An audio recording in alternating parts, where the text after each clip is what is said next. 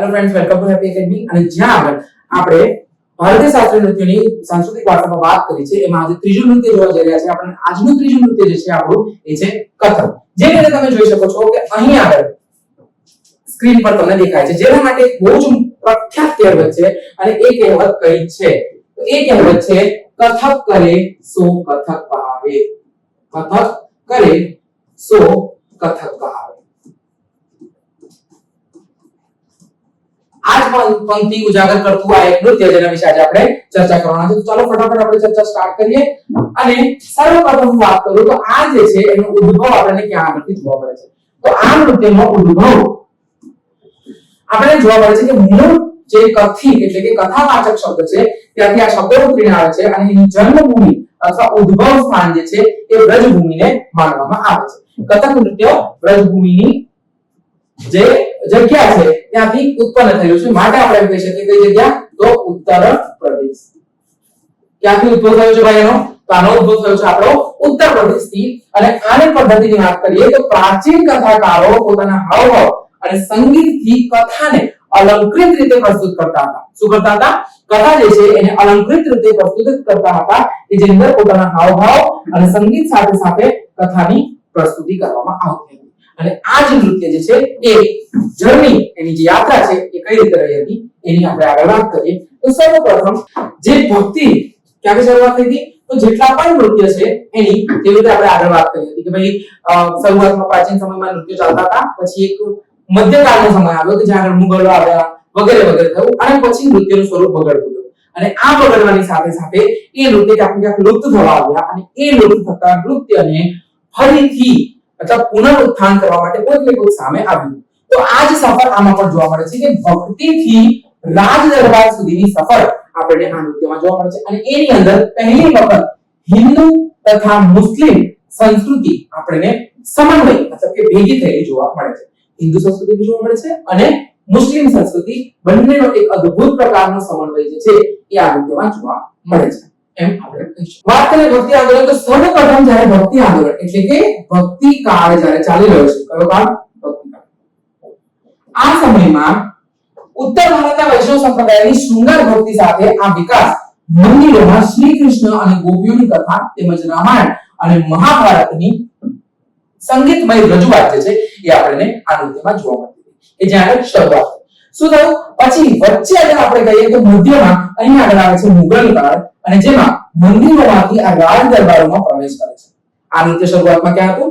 મંદિરોમાં હતું, અને પછી આગળ જતા આ જ નૃત્યનો પ્રવેશ રાજ દરબારોમાં થયો. અને રાજ દરબારોમાં જતા આ નૃત્ય જે છે એ સમયગાળાના તેના એક વિશેષ પ્રકારના અને અત્યંત શુદ્ધ નૃત્ય શૈલીનો જે વિકાસ હતો એ ધીમે ધીમે પરિવર્તિત થવા લાગ્યો.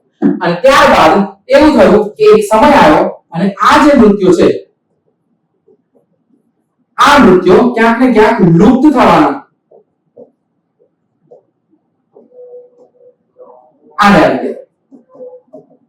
અને આના કારણે એ નૃત્ય લુપ્ત ના થઈ જાય માટે અમુક વ્યક્તિઓ આવ્યા અને જેની અંદર આને પુનર્જીવિત કરવાનો સમયગાળો 19મી સદી છે. અને એનો શ્રેય કોને જાય છે? તો વાજિદ અલી શાહ. કોણ જાય છે?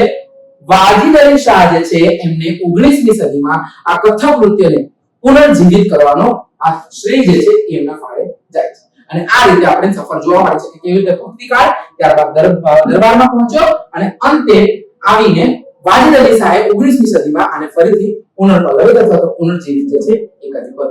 આગળ વાત કરીએ આપણે કે આ નૃત્ય જે છે એની અંદર મુખ્ય સ્તંભો કયા છે, મુખ્ય તત્વો શું જોવા મળે છે આપણને?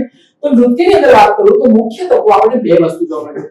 બે મુખ્ય તત્વો અથવા તો એનું આપણે બે સ્તંભ. તો આ મુખ્ય તત્વો કે જે સ્તંભો છે એ પહેલું જે છે એ છે નૃત્ય. નૃત્ય નંબર 1. નૃત્ય એટલે શું? કે જેની અંદર માત્ર શારીરિક હલનચલન જોવા મળે છે. શું જોવા મળે છે?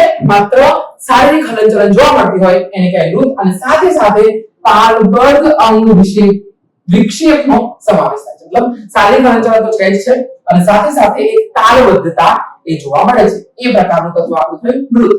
નંબર 2 ઉપર જોવા મળે છે અને એ છે નૃત્ય. શું છે?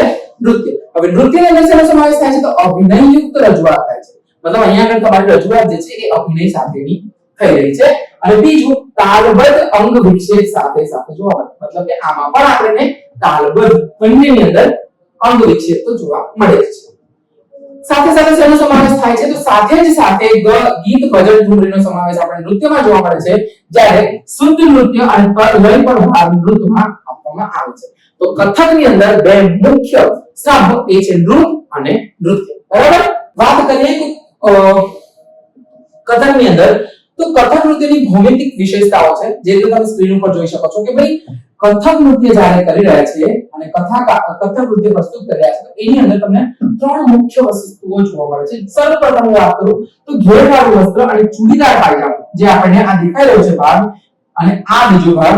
તો આ જે ભાગ છે એ છે ગોળ ગોળ ફરતી વખતે પ્રદર્શિત કરે છે, અને જેના કારણે જ્યારે ગોળ ફરશે તો એક છત્ર, એક પ્રૌઢ ગોળ તરીકે મસ્ત મજાનો પ્રસ્તુત થાય છે, કે જેની અંદર આપણે જોઈ શકીએ. અને એ કથકાર અથવા કથક જે પ્રસ્તુતિ કરી રહ્યું છે એની સુંદર મજાની પ્રસ્તુતિ કરે છે. નેક્સ્ટ નંબર પર આવે છે ઘૂંઘરૂનો પ્રયોગ. શું છે?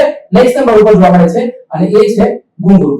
કેમ ઘૂંઘરૂ? તો ઘૂંઘરૂ જે છે એ તબલા કે ઢોલક જે છે એની સાથે સાથે એક તાલબદ્ધ થઈને એક પ્રસ્તુતિ કરતા હોય છે, કે જે રીતે થાપ મારશે એની સાથે ઘૂંઘરૂનો અવાજ અને તાલબદ્ધતા જે છે એ જોવા મળે છે. તો સૌથી મહત્વપૂર્ણ વિશેષતા ઘૂંઘરૂની છે કે જે તાલ અને લયની પ્રસ્તુતિમાં ખબર પડે છે. અને છેલ્લું વાળું ત્રીજા નંબર પર જોવા મળે છે જટિલ પદજાળ. એ કેવી રીતે એ હલે છે, ચલન કરે છે, અને એના પગના થાપ વડે નૃત્યને આગળ વધારવાનું કામ કરે છે. તો ત્રણ એની વિશેષતા જોવા મળે છે. એક તેના વસ્ત્ર કે જે ઘેરદાર ચૂડીવાળો પાયજામો અને ઘેરદાર વાળું વસ્ત્ર છે.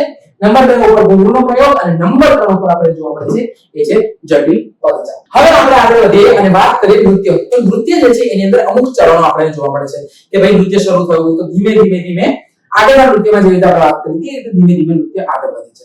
બરાબર? તો સૌથી પ્રથમ અગર વાત કરું તો પ્રથમમાં જ આપણે જોવા મળે છે, અને એ જોવા મળે છે પહેલું ચરણ નંબર 1, અને એ છે આમદ. આમદ એટલે કે સંપૂર્ણ રીતે જે નૃત્ય છે એ શરૂઆત થઈ રહી છે, અને આ નૃત્યમાં પ્રગટીકરણ અથવા તો મંચ ઉપર નૃત્યકાર જે છે એ પ્રવેશ કરશે. નૃત્યની શરૂઆત કરવા જઈ રહ્યો છે માટે એ પ્રવેશ કરશે, અને પહેલું છે એનું નામ શું રાખવાનું યાદ આપણે? આમદ. નેક્સ્ટ નંબર ઉપર આવે છે નંબર 2 ઉપર, અને એનું નામ છે ઠાઠ. નૃત્યની ઔપચારિક શરૂઆત અને મુદ્રાઓ, એટલે હવે ધીમે ધીમે નૃત્ય શરૂ થઈ રહ્યું છે, અને એની સાથે સાથે થોડી મુદ્રાઓ પણ આપણને જોવા મળશે. નંબર 3 ઉપર જોવા મળે છે એ છે ટુકડા, અને આ ઝડપી લયબદ્ધ સંગીતની બંદિશો છે. અહીં આગળ સંગીત વાદક કે જે વગાડી રહ્યો છે એ, અને બીજું નૃત્ય પ્રસ્તુત કરનાર નૃત્યકાર, આ બંનેની એક પ્રકારની લયબદ્ધ સંગીતવાળી બંદિશ જોવા મળે. કે ભાઈ ઉદાહરણ તરીકે તમે જોયું હશે ઘણા બધા એવા મૂવી છે કે આપણે વાત કરું તમને દેવદાસની, એમાં કેવી રીતે કે બે સ્ત્રીઓના નૃત્ય કરી રહી છે, તો એક ચાર કરશે, અડધું મૂકશે, ત્યારબાદ બીજું શરૂઆત કરશે. તો આ રીતની બે વ્યક્તિ વચ્ચેની બંદિશો, એક નૃત્યકાર અને બીજું જે સંગીતવાદક છે એ બંને વચ્ચે આપણને જોવા મળે છે, અને એ ત્રીજા ચરણમાં ટુકડામાં આપણને જોવા મળે છે. નંબર 4 અને આગળ વધીને વાત આપણે કરીએ, અહીં આગળ એક નંબરની મિસ્ટેક જોવા મળે છે આપણને. નંબર 4 અહીં છે અને નંબર 5 અહીં છે. બરાબર? તો અહીં હું આગળ પણ લખી દઉં છું, નંબર 4 આ છે અને નંબર 5 આ છે. બરાબર? નંબર 4 માં આપણે વાત કરીએ તો નંબર 4 ઉપર જોવા મળે છે પરન. પખાવજ નામના વાદ્ય પર ઢોલ દ્વારા થતી પ્રસ્તુતિ. પખાવજ એટલે શું? તો એક પ્રકારનો ઢોલ કે જે એક સાઈડથી થોડું નાનું અને એક સાઈડથી થોડું મોટું હોય, તો એ જ ઢોલ દ્વારા જે છે એની પ્રસ્તુતિ થઈ રહી છે, અને એના દ્વારા બોલ રજૂ થઈ રહ્યા છે. નંબર 5 ઉપર જોવા મળતું પરમલું. નંબર 5 ઉપર જોવા મળતું પરમલું વિવિધ સંગીતના અવાજ તથા નૃત્યોના બોલનું મિશ્રણ જોવા મળે છે. શું છે? અહીં વિવિધ અવાજો બી છે, અને સાથે સાથે નૃત્યના બોલ પણ જોવા મળે છે. છેલ્લા નંબર પર અને છઠ્ઠા નંબર પર આખું એ અંતિમ ચરણ જેને આપણે કહીએ છીએ તત્કાળ. આ અંતિમ ચરણ છે કે જેમાં પગ પછાડવા અને બોલવા જેવી જટિલ બંદિશો છે એ પ્રસ્તુત થતી જોવા મળે.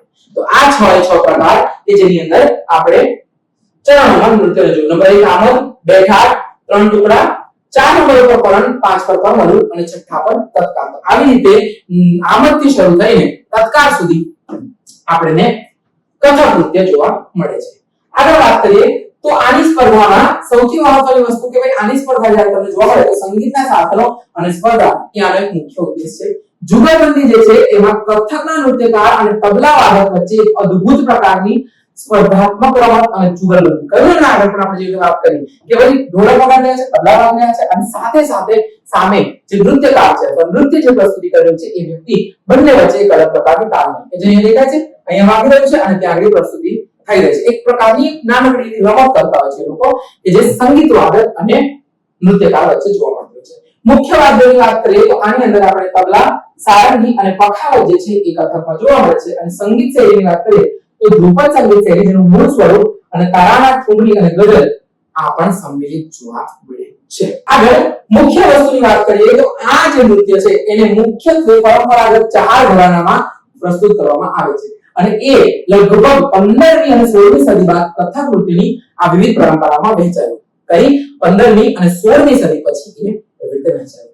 હવે કઈ હતી આપણે વાત કરીએ તો સૌથી નંબર 1 ઉપર તમને જોવા મળે છે એ છે લખનઉ ઘરાના અને આ સ્થાપક નવાબ અલી વાજિદ શાહ જે છે એ હતા, જે અવધ ઘરાના